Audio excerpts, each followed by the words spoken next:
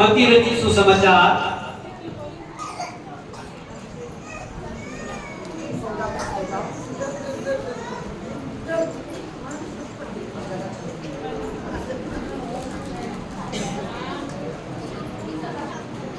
28 अध्याय निकालेंगे 11 से लेके 15 तक। माइक ले लो सिस्टर।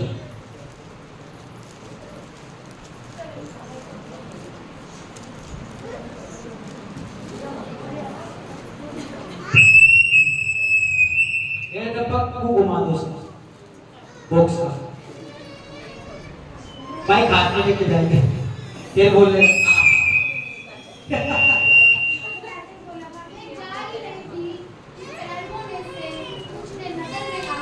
बोलो।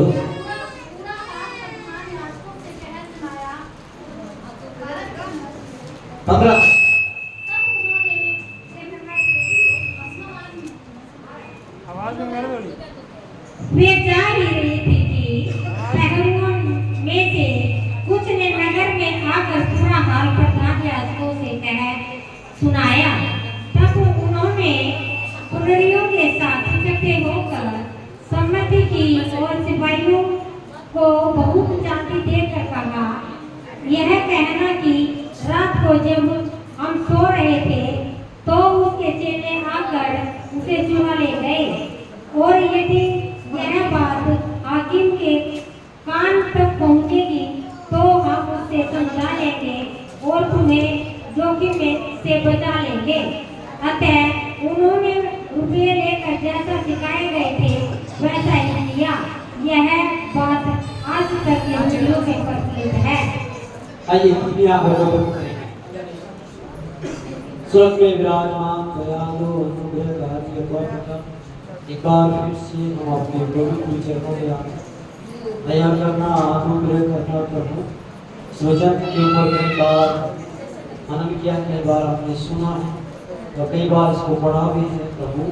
एक और नया प्रकाशन तेरी ओर से मेरे लोगों को मिले और प्रभु मैंने तेरा पवित्र आत्मा हर एक चीज करके बोले और बाकी दया करना अनुग्रह यीशु के नाम आमीन हालेलुया। कुछ बातें मैं बताऊंगा। क्रिसमस की डेट फिक्स है 25 दिसंबर जब से इसको लागू किया गया है, लेकिन ईस्टर की डेट गुड फ्राइडे की डेट हमेशा बदलती रहती है। मैं आपको बताना चाहता हूँ क्रिसमस से बेहतर अगर जो पर्व हम मनाते तो वो ईस्टर का है, पुनरुत्थान का है। क्यों?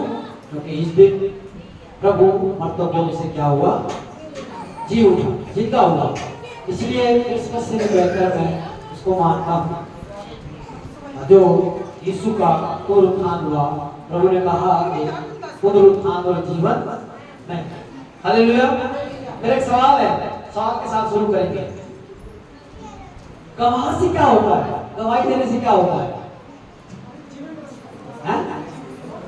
गवाही देने से जीवन बदलता है, बदलता है, बचता है। और बताओ। विश्वास में एक अबे गवाही देने से वो बात पक्की सुबह। विश्वासी विश्वास में और बढ़ता है। विश्वासी विश्वास में और बढ़ जाए। बहनों में से बताओ। परमेश्वर की महिमा। पीछे से भी बताओ।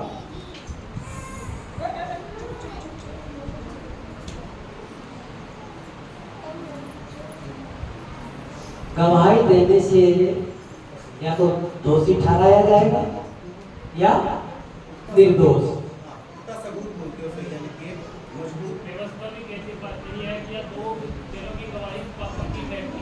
गवाही बहुत जरूरी है। अब वो व्यक्ति कौन है, वो दोषी है या निर्दोष है, वो कोई मायने नहीं रखता। गवाही मायने रखती है। इसलिए कोर्ट में भी क्या बोलते हैं? एविडेंस चाहिए।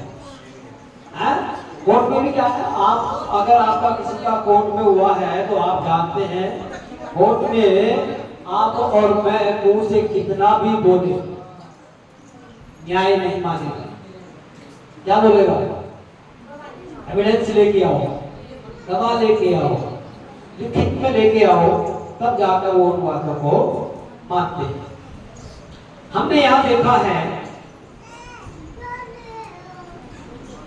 मत्ती रचित सुसमाचार उसका 28 अध्याय 11 वचन से लेके 15 तक मैं पढ़ूंगा, बड़े ध्यान से सुनना है। वे जा ही रही थी कि पहरों में से कुछ ने नगर में आकर बुरा हाल प्रधान याजकों से कह सुनाया। क्या हाल सुनाया? पूरा हाल तक लिखा है ना, कौन सा पूरा हाल, क्या हुआ था?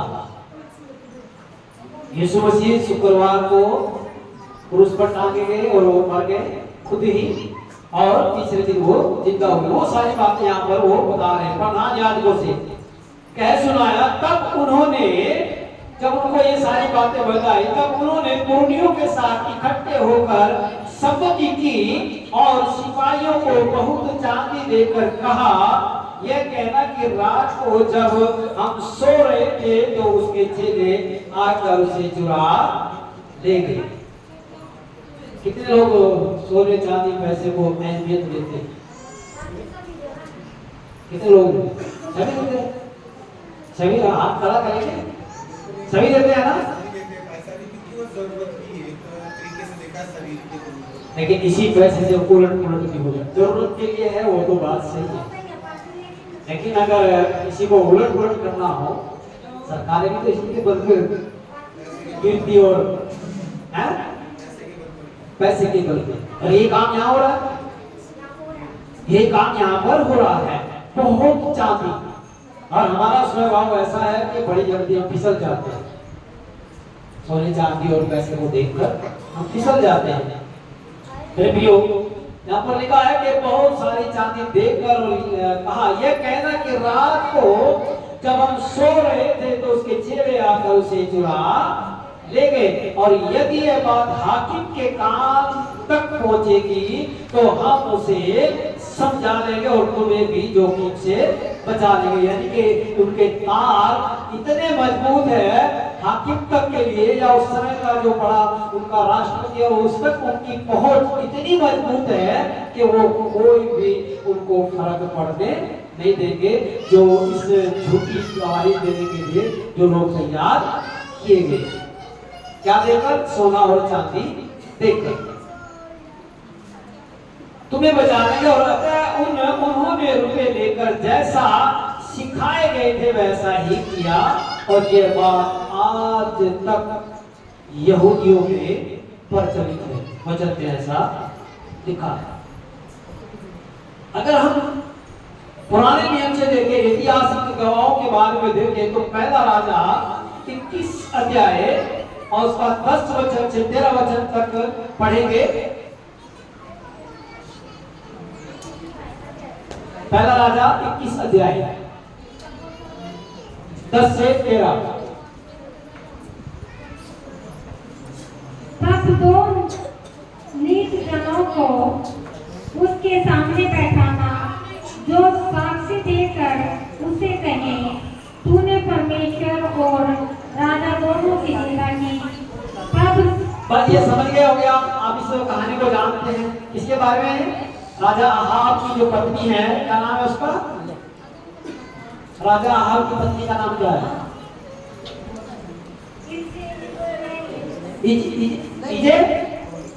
इजेबेल।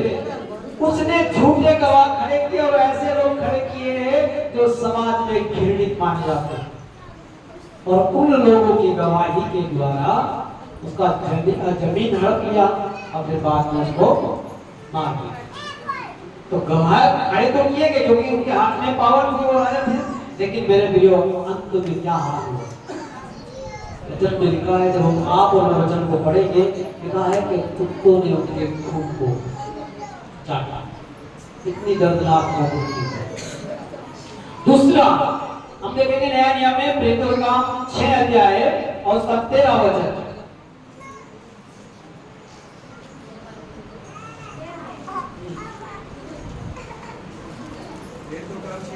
हाँ 13 वचन। और झूठे गवाह खड़े किए। क्या लिखा है? और झूठे गवाह क्या किए गए? खड़े किए गए। किसको? एक निर्दोष व्यक्ति को दोषी ठहराने के लिए। हाँ जिन्होंने कहा यह मनुष्य हाँ इस पवित्र स्थान और व्यवस्था के विरोध में बोलना नहीं छोड़ता। नहीं छोड़ता। ये झूठा इल्जाम इस्तफानुस के ऊपर लगाया गया और उनकी गवाही के तौर पर इस्तफानुस को पथरवा करके मार दिया गया। जो शुक्रवार के दिन इस वचन के ऊपर भाई अभिनव ने भी इस्तफानुस का जिक्र किया था। हालेलुया। तो मेरे प्रियो, उसने परवाह नहीं किया दुनिया या दुनिया के लोग प्रभु के लोगों को कैसा व्यवहार करते हैं, इससे कोई फर्क नहीं पड़ता। जो सच्चाई को एक बार जान गया वो मरने से भी नहीं डरेगा। हालेलुया। एक और वचन पढ़ेंगे, निर्गमन 23 अध्याय 1 वचन।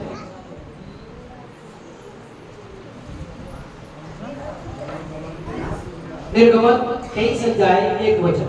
झूठी बात न फैलाना, हाँ, अन्यायी साक्षी होकर दुष्ट का साथ न देना। दुष्ट का साथ न देना। और एक और वचन पढ़ेंगे, व्यवस्था विवरण 19 अध्याय 15।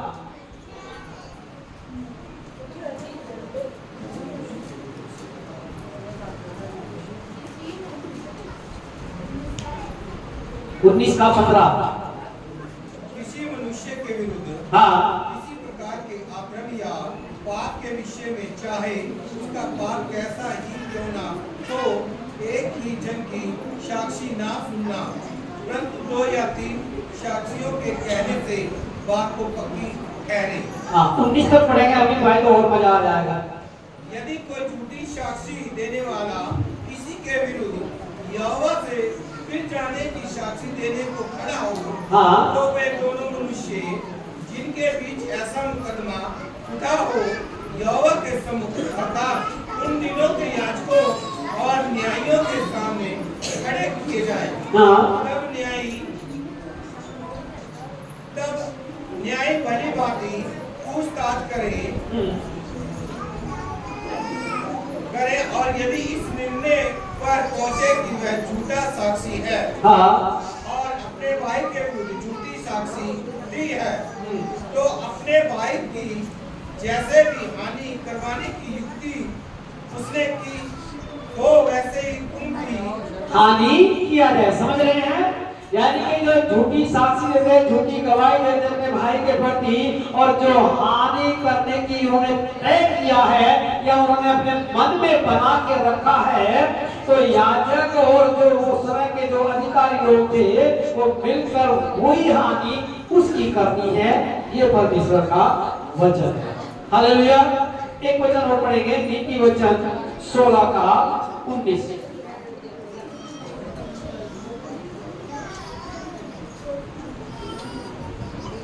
घमंडियों के संग लूट बांट लेने से हाँ। 3 लोगों के संग नरम भाव से रहना उत्तम है। हाँ।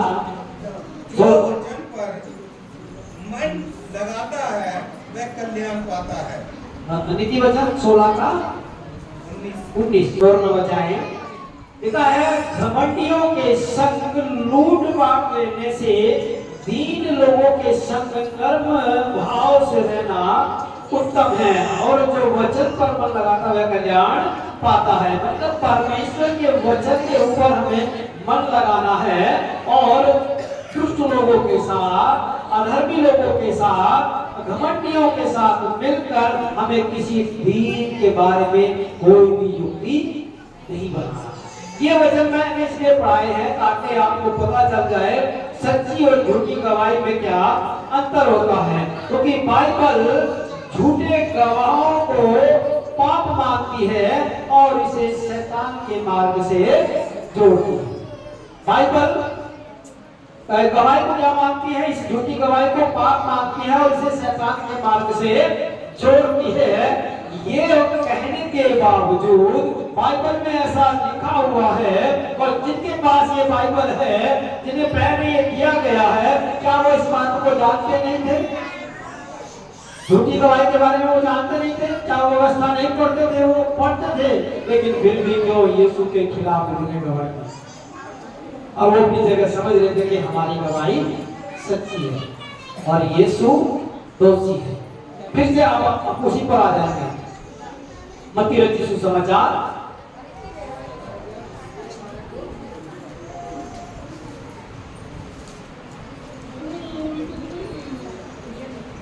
वे जा ही रही थी कि पैरों में से कुछ ने नगर में आकर पूरा हाल प्रधान याजकों से कह सुनाया।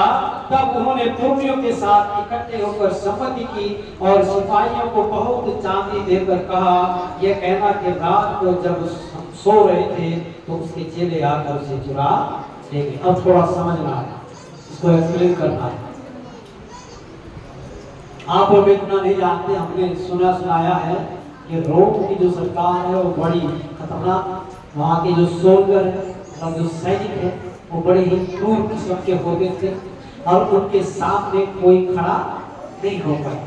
आप एक बात बताओ, जो वहाँ के सोल्जर इतने मजबूत है और वहाँ के सोल्जरों को इतना दबदबा है कि कोई भी उनके सामने खड़ा नहीं हो सकता है। और वहाँ के सरकार के अनुसार, वहाँ के याजकों के अनुसार, वहाँ के हाकिम के अनुसार बाकायदा जब यीशु मारा गया और उसको कब्र में रखा गया, उसके ऊपर मोहर लगा दी गई और बोला इसकी रखवाली करना है। अब आप ये बताओ, इतनी मजबूत रखवाली के अंदर कौन जाएगा जबकि समय ऐसा है कि यीशु मसीह मारा गया और चेले तितर बितर है, जिसको जहां जगह मिली वो वहीं पर छिपा हुआ बैठा है। अब ऐसे समय में चेले कैसे उनको दिखाएंगे कि मैं यीशु के साथ रहा। तो जिसको फॉलो करता है, अगर वो मर जाए तो फिर कोई किसी का साथ नहीं देता है। देते हैं कोई सामने आएगा? कोई नहीं आएगा। वो सब डरे हुए बैठे हैं, तो वो कैसे उसको चुरा कर लेके चलेंगे? ये थोड़ा सोचो, क्योंकि शैतान की ये योजना थी पूरे तरीके से इस कार्य को निस्तनाबूद करना। इसीलिए शैतान ने उन लोगों के जीवन में काम किया, क्योंकि उनको पता था झूठी गवाही देना हमारे और हमारे परिवार के लिए बड़ा हानि का कारण बनेगा, क्योंकि परमेश्वर हमें छोड़ेगा। लेकिन वो लोग करे नहीं और वो लोग यीशु मसीह के खिलाफ खड़े हो गए और झूठी गवाही दी गई। इसीलिए मैं क्रिसमस से ज्यादा पुनरुत्थान के दिन को मानता। मेरे भाइयों, यहाँ पर उन्होंने पूरी तरीके से कड़ी सुरक्षा के बीच में यीशु को रखा गया। और जब वहाँ यीशु को रखा गया, बोला गया अपनी समझ के अनुसार तुम पहरा दो। तो ऐसे में कैसे जो चेले डरे हुए थे वो उसको चुरा कर लेके चले गए। ये आपको जानना बहुत जरूरी है। चुरा सकता है कोई? भाइयों, कड़े पहरे से कोई चुरा सकता है क्या किसी को? फिर उन्होंने ऐसा क्यों बोला? इसके पीछे बायोलॉजी की, इसके पीछे ना साइंटिस्ट लोग हैं, इसके पीछे सोच भी थी कि जैसे वो भाई किया गया, मान ले कब्र के ऊपर जैसे पत्थर रखा गया, हाँ, उसे आसानी से कोई पैसा नहीं हटा सकते, उसे यानी कि 2-4 आदमी अकेले सकते थे। बिल्कुल बिल्कुल। और जो कभी यीशु मसीह जख्मी था, वो इस व्यवस्था में ना तो चलने लायक था, न कहीं जाने लायक था। बिल्कुल सही बात है। और दूसरी बात, इसका एक सबूत ये है कि जब कोई चुराता है तो जो भी हाथ लगता है वो चुरा के लेके चला जाता है। अब आप कब्र के अंदर पाया जो कफन था, जो कपड़ा था प्रभु यीशु मसीह के ऊपर, उसको फोल्ड करके एक साइड में रखा हुआ है। हालेलुया। यीशु मसीह के ब्लड भी आ रहा था ना, तो हाँ, चुरा कर लेके जाते तो ब्लड के निशान भी होते। पर ब्लड के निशान भी होते तो मेरे प्रियो ये सब झूठ है, गलत है। क्यों? क्योंकि सच्चाई को झूठ कितना भी ताकतवर क्यों ना हो, लेकिन सच्चाई को वो दबा, सच्चाई एक न एक दिन बाहर आएगी। उन्होंने तो यही सोचा था, हमने अपना काम कर दिया, अब वो जिंदा नहीं होगा। सुबह हमने वचन पढ़ा था, कौन सा वचन पढ़ा था सुबह जब हमने आराधना शुरू किया? कितना? हम तो भूल गए।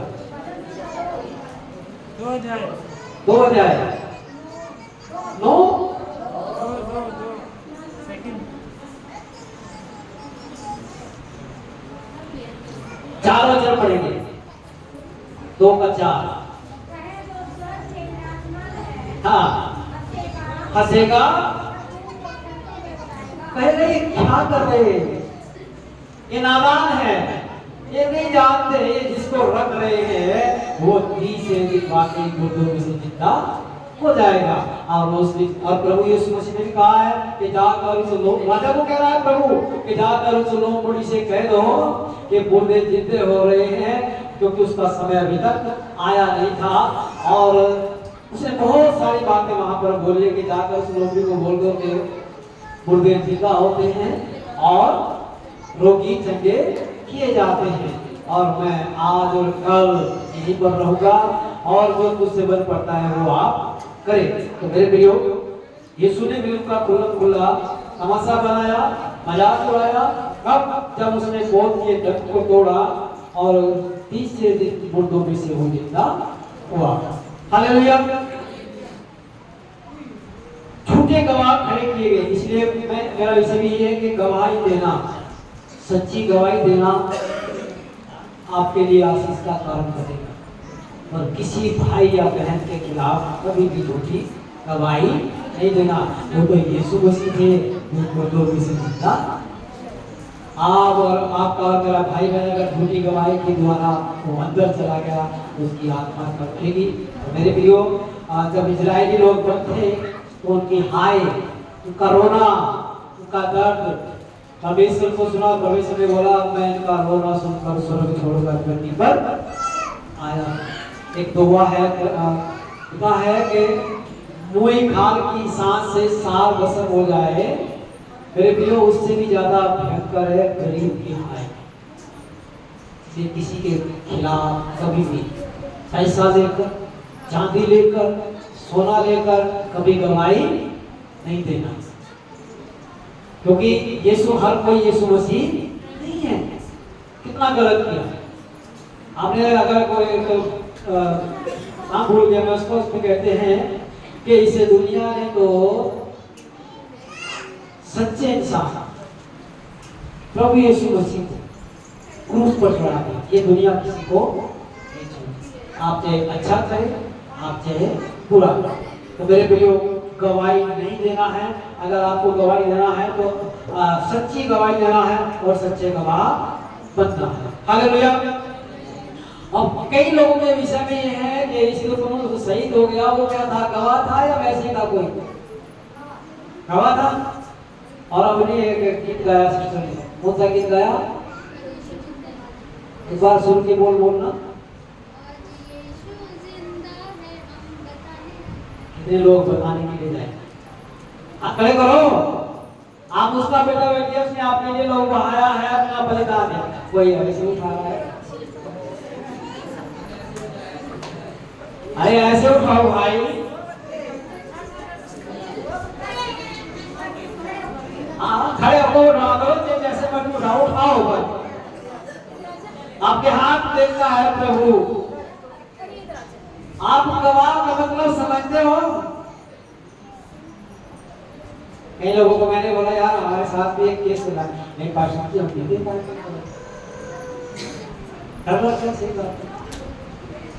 तो पहले सोच लो, देख लो, गवाह बनना बड़ा खतरनाक है। हेलो कलीसिया, किसके गवाह बनना है? यीशु के। क्या गवाह बनना है? मेरा प्रभु मेरे लिए आया, पकड़ाया गया, मारा गया, गाड़ा गया और तीसरे दिन, और जो सेवा मिली तो उसको वो सेवा भी करता था। हेलो कलीसिया, जो सेवा उसको मिली वो सेवा भी करता था और बलिदान होने से भी पीछे नहीं था। ये है गवाह, और वही गवाह आपको मुझे भी बनना। तब जाके प्रभु स्वर्ग में बैठा खुश होगा, हाँ मेरा बेटा मेरा बेटी मेरे बलिदान को व्यर्थ नहीं जाने देंगे। मुझे माइक पे लेना था और मैंने रिक्शा में अपना मोबाइल लगाया, फुल आवाज खोल दी और पूरे रास्ते वही बजाता हुआ मैं चला गया। कोई मुझे पकड़े तो पकड़े, पर मैं रुकूंगा नहीं। तो कलीसिया देखिए पास्टर कहाँ गया, कलीसिया देखिए पास्टर कहाँ गया। मैं कोई ना कोई तो आज मिलना चाहिए, कोई ना कोई तो मुझे पकड़ना चाहिए, पर किसी ने नहीं पकड़ा। और पूरी आवाज सड़क मेन रोड पे बजाते हुए, तो मैंने बोला प्रभु ये जीवन आपने दिया,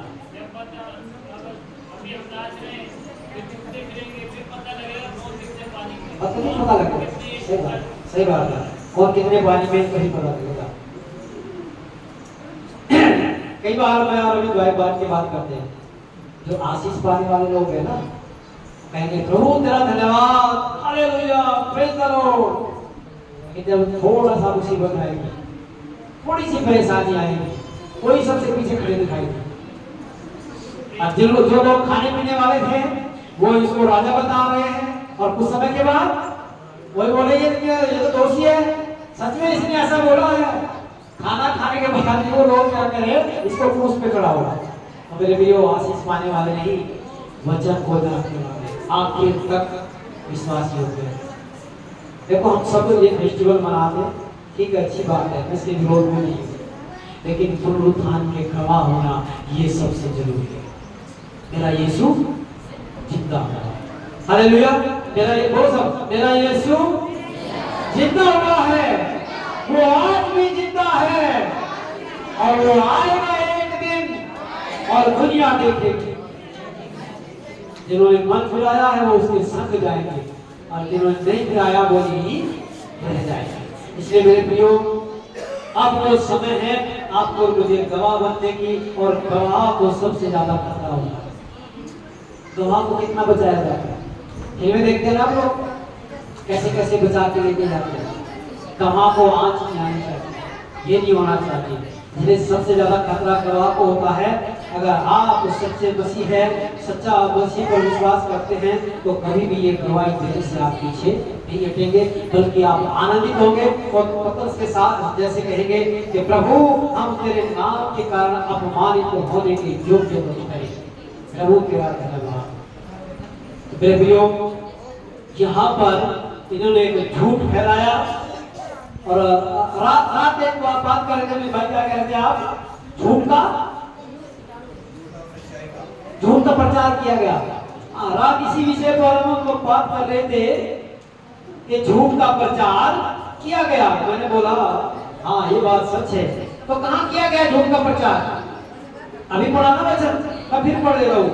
वे जा ही रही थी कि पैरों में से कुछ ने नगर में आकर पूरा हाल प्रधान याजकों से कह सुनाया। तब उन्होंने कुर्नियों के साथ इकट्ठे होकर सम्मति की और सिपाहियों को बहुत चांदी देकर कहा, ये कहना कि रात को जब हम सो रहे थे तो उसके चेले आकर उसे चुरा ले गए, और यदि वह बात हाकिम के कान तक पहुंचेगी तो हम उसको समझा देंगे और तुम्हें भी जोखिम से बचा देंगे। ये झूठा प्रचार किया गया, सच्चाई को दबाने। समझ रहे हैं आप लोग? आप लोग खाना खाने के बारे में मत सोचो, खाना बन चुका है। आप लोग सच्चाई को जानो, पुनरुत्थान को जानो। जो पुनरुत्थान को समझ गया वो सच्चा विश्वासी है। आप अगर आशीष के बारे में सोच रहे हैं तो फिर सोचते हो। ये फेस्टिवल तो हर ईयर आएंगे, बिल्कुल आएंगे, लेकिन मसीह हमारे जीवन में देखो, अगर दूसरे तरीके से रहते हैं तो लोगों को भी डिपेंड करता है कि हम मसीह पे किस प्रकार से विश्वास करते हैं। बिल्कुल बिल्कुल। एक विश्वासी के तौर पर या चेले के तौर पर या डायरेक्टली समर्पण की ओर से, जैसे हम अपने आप को समर्पित कर देते हैं। बिल्कुल बिल्कुल। देखो ऐसे समय में जब यीशु मर गया, एक बहुत नाराज की बात बताता हूं। एक विश्वासी जो गुप्त तरीके से विश्वासी था, और वो विश्वासी गरीब नहीं था, अमीर था ना, जो गोद लेने आया था यीशु मसीह, यीशु नाम था उसका। वो कभी सामने नहीं आया, और रोम सरकार के आगे तो आने की हिम्मत किसी की भी नहीं होती, लेकिन वो निडर हो गया, और निडर होकर हाकिम को बोला जाकर मुझे यीशु की लाश चाहिए। हालेलुया। आप नहीं दिखाई दे रहे कोई बात नहीं, लेकिन समय आने पर अगर आप दिखाई देंगे तो भी बहुत बड़ी बात। हालेलुया। नहीं समझ रहे हैं? आप अभी दिखाई नहीं दे रहे कोई बात नहीं, लेकिन जब समय आएगा आपका, अगर आप उस समय इनकार कर गए तो फिर इनकार रहेगा। प्रभु भी इनकार करेगा। वो समय परमेश्वर निर्धारित करता है कि किससे सेवा लेनी है। बिल्कुल। तो जब आपको मौका मिले आप पीछे नहीं हटना है मेरे प्रियो। और वो यूसुफ गया और जाकर बोला, धनी व्यक्ति का जाकर बोला मुझे प्रभु यीशु की लाश चाहिए। और वो डरा नहीं, जबकि रोमियो से लाश मांगने का भी कोई आदेश नहीं था, क्योंकि वो लावारिस लाश को जैसे जिंदा जलाया जाता है फेंक देते हैं, ऐसे सरकार से कोई भी नहीं मांग सकता, और खासकर रोम सरकार से। उसने फिर भी जाकर इन लोगों बोला कि मुझे यीशु की लाश चाहिए। और बाकायदा उसने बोला ठीक है, हमें कोई प्रॉब्लम नहीं, आप लेके जाओ। और लिखा है कि चट्टान में नहीं कब्र खोदी हुई थी जो उसने स्पेशल अपने लिए बनाई होगी, और उसी चट्टान में उस प्रभु यीशु मसीह को रखा गया। और मेरे प्रियो इतना भारी पत्थर वहां पर रखा गया कि आम मनुष्य उसको हटा नहीं सकता था। और लिखा है कि जब स्वर्गदूत आए, स्वर्गदूतों ने आकर जब पत्थर लुढ़काया, जितने पहर हुए थे वो मरे हुए के समान हो गए, और जो मरा हुआ था वो जिंदा हो गया। हालेलुया! अरे जो मरे हुए के समान हो गए, जब वहां पर एक बात स्वर्गदूत आया, सारे लोग, सारे सैनिक लोग, सारे सोल्जर लोग मरे हुए के समान हो गए, और जो मरा हुआ था वो जिंदा हो गया। हालेलुया! तो मेरे प्रियो इन बातों से निकलना है, जीवन छोटा सा है, गवाही बड़ी है। जीवन अब इसमें आप उनमें से जितना मर्जी कुछ भी कर लो, लेकिन गवाह बनने से कभी पीछे नहीं। यही प्रभु का संदेश है, और प्रभु यही चाहता है कि मैंने पुनरुत्थान इसलिए किया है। पहला गवाह कौन है? पाक स्वर्गदूत, उसके बाद वो स्त्रियां, उसके बाद चेले, फिर कितने गवाह हो गए? ये संख्या बढ़ती गई, 500 लोगों तक बढ़ गई, और आज कितनी है? और ये बढ़ती है। आप सब जितने यहाँ बैठे हैं, आप विश्वासी नहीं, आप कौन है? बोलो, गवाह है, बात के गवाह है कि यीशु मसीह जिंदा है। और इसकी गवाही कहाँ से मिलती है? यहाँ से। हालेलुया! तो आप और मैं, हम सब क्या है? गवाह। पास्टर को भूल जाओ, हम सब क्या है? विश्वासी। और पास्टर को भूल जाओ, आप और मैं क्या है? गवाह है। और जब मौका आए तो दे देना, परवाह नहीं करना। हालेलुया! कुछ नहीं आप लोग हैं। अरे खाना है पैसा अरे पास्टर जी, अभी तो बच्चों की शादी करनी है, लेकिन मेरे बच्चों ने कुछ भी नहीं देखा है। अब इसी करके अरे पास्टर जी, मेरा बच्चा तो अभी छोटा सा ही है। अभी आपने ये तो बताया ही नहीं कि सुप्रीम कोर्ट और हाई कोर्ट में जो किसी नौकरी जो लागू किया गया हो, तो बताया नहीं आपने। अरे वो बताएंगे तो फिर भाई हवा खराब हो जाएगी। जो सरकारी सुविधाएं थी वो पूरा की जाएंगी। हाँ, वही उनका वो समय होगा खड़े होने का। अभी तो मिल रहा है ना, अभी तो हाँ? कौन कह रहा है? कौन बोल रहा है? अच्छा जिया, फिर चुप क्यों रही है बेटा? देखो ये हम नहीं, जो चर्च के जो फादर लोग, चर्च फादर लोग हुआ करते थे पहली शताब्दी, दूसरी शताब्दी, तीसरी शताब्दी में, जब ये काम ये रिकॉर्डिंग किया गया, तो उन्होंने इसको संडे के दिन ईस्टर, इतने अभी के साथ अभी भी खोज करता रहता है। ईस्टर जो है वो एक देवी का नाम पता है शायद वो, लेकिन इससे कोई भी उसका तात्पर्य नहीं है। हम वो नहीं बोलेंगे, हम बोलेंगे हमारे यीशु का पुनरुत्थान हुआ। हालेलुया! फिर कुछ वो खरगोश के बारे में बताते हैं, कुछ अंडों के बारे में बताते हैं। अंडे का मतलब आप समझते हो?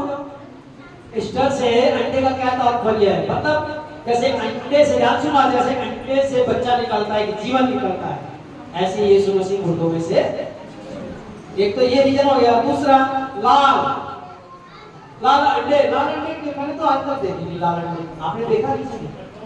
ये पास्टर जी जो ईस्टर है ना, ये ईस्टर एक पुरानी अंग्रेजी की देवी थी है। हाँ हाँ हाँ, इसमें तो हम नई अंग्रेजी में, पर ये पुरानी अंग्रेजी में से स्टोरेज कहा जाता था। बहुत बहुत कुछ वहाँ पर लिखा है, लेकिन इससे उसका कोई भी मसीह के पुनरुत्थान से और ईस्टर देवी के कोई कहीं तक भी, मतलब दूर दूर तक कोई भी तार जुड़े हुए नहीं है, वो गलत है। आपका और मेरा प्रभु का पुनरुत्थान हुआ है, और उस पुनरुत्थान होने से पहले उसने लाजर को जिंदा किया, दिखाया कि जैसे लाजर जिंदा हुआ वैसे ही मैं भी जिंदा हो जाऊंगा, क्योंकि उसे अपने प्राण लेने का भी अधिकार है और बाद में फिर उसे देने का भी अधिकार है। तो ये कोई बात नहीं है, वो दिन उन्होंने ठहराया, सारे दिन तो प्रभु ने बनाए हैं। अब विश्राम प्रभु का वचन क्या बोलता है, आप सभी जानकार लोग हैं। 6 दिन सब जानते हैं ना, 6 दिन 7वां दिन। अब वो 7वां दिन कौन सा है? नहीं, हाँ, इसका कोई जवाब नहीं है, इसका कोई जवाब।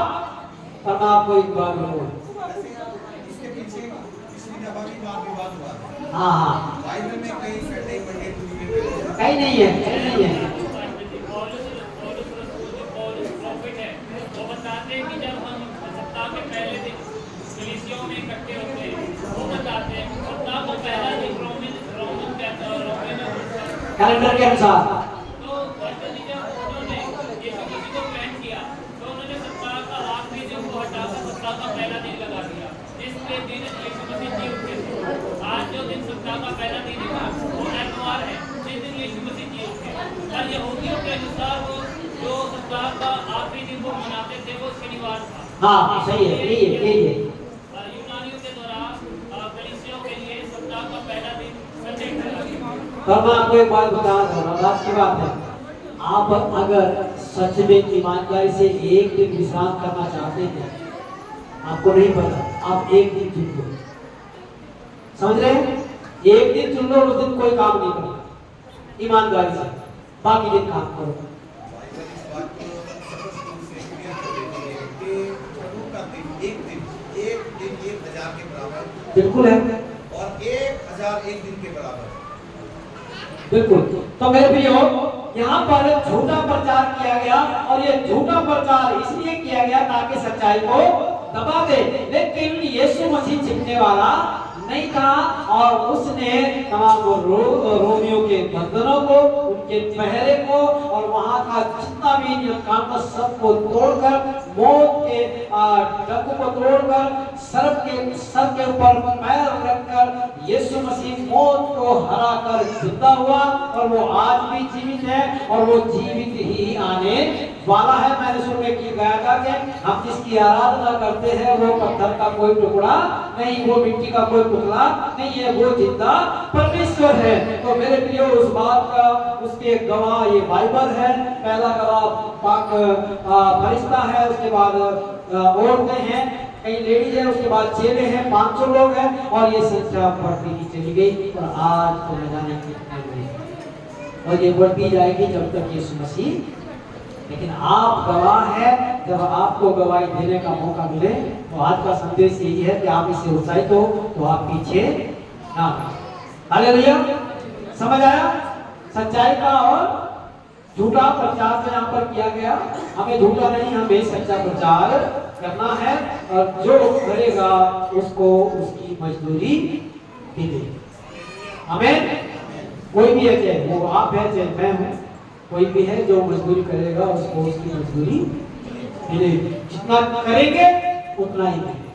प्रभु के यहाँ पक्षपात नहीं है, एक पादरी कम करेगा तो उसको ज्यादा मिलेगा, पादरी अगर कम करेगा तो कम ही मिलेगा, विश्वासी ज्यादा करेगा तो विश्वासी को भी ज्यादा मिलेगा। हालेलुया।